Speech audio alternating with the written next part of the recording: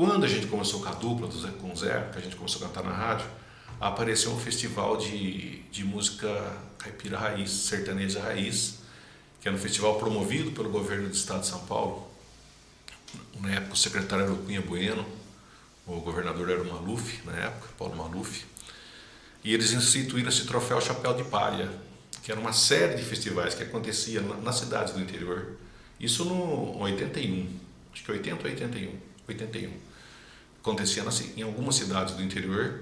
E eram festivais onde só podia apresentar músicas de ritmo tradicional da música caipira. Então podia moda de viola, toada, cateretê, gururu, pagode, essas coisas que eram convencionais. Não podia ir lá e tocar uma guarânia, por exemplo, que já tinha influência paraguaia. Sim. Não podia ir lá tocar esses ritmos jovens, que era uma coisa que estava muito na moda com o Milionários é Rico e tal.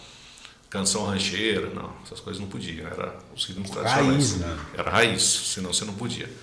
E aí, a hora que eu vi aquele negócio do festival, eu peguei e nunca tinha escrevi 3 músicas.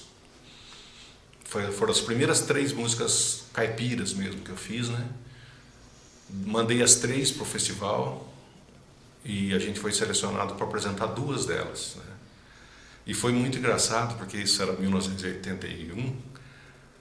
Foi uma mulher que ligou para comunicar, era telefone mesmo, fixo, não tinha celular. Não. Aí eu atendi em casa e ela falou assim, que queria falar comigo. Aí eu falei assim, então foram classificadas 2 músicas que você mandou, tal. Quando a gente estava terminando já a conversa, já tinha falado o dia que a gente ia apresentar e tal, era em Avaré, dentro do recinto da EMAPA, inclusive, o festival. Ela falou assim, na verdade, a gente queria classificar as 3, mas a outra música, a terceira música, a gente ficou com medo de ter problemas com a censura e a gente acabou deixando ela de fora. Caramba, naquela época ainda tinha isso, né? Eu não sei se tinha censura efetiva. Sim, mas ainda tinha um resquício, as pessoas ainda tinham um temor, né?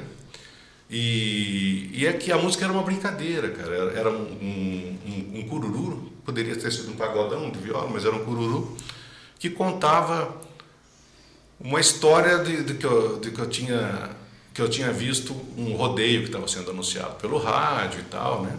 E o rodeio ia ser em Brasília, e os cavalos, os nomes dos cavalos, que era um rodeio de cavalo, não era nem um rodeio de boi, né? Sim.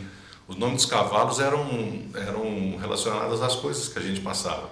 Então tinha o cavalo que era o salário, tinha o cavalo que era a inflação, tinha a égua que era a burocracia, entendeu? Essa é pesada. Tinha o cavalo que era o cruzeiro, né? Sim. Então era uma brincadeira, era uma coisa meio varinha de ranchinho, hoje eu diria assim, né? E a gente estava no governo Figueiredo, que era aficionado por cavalo, né? Por isso que o elemento da música já era o cavalo. Sim. Né? E aí a gente fez ali, e aí a música acabou essa música acabou que não foi. Mas das outras 2 músicas que foram, uma era uma toada, que chamavam de Mora Felicidade, que era bem convencional, e a outra era uma moda de viola, que chamava o boiadeiro, chama, né? O boiadeiro aposentado, que na verdade é um tema também recorrente da questão social, da aposentadoria do homem do campo, da dificuldade, né?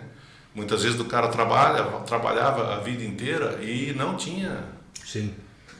Tinha que trabalhar, quase que trabalhava até morrer, né? Então era uma alusão um pouco mais singela e poética sobre essa questão dessa dificuldade. Isso já quando eu tinha, sei lá, 81, 16, 17 anos.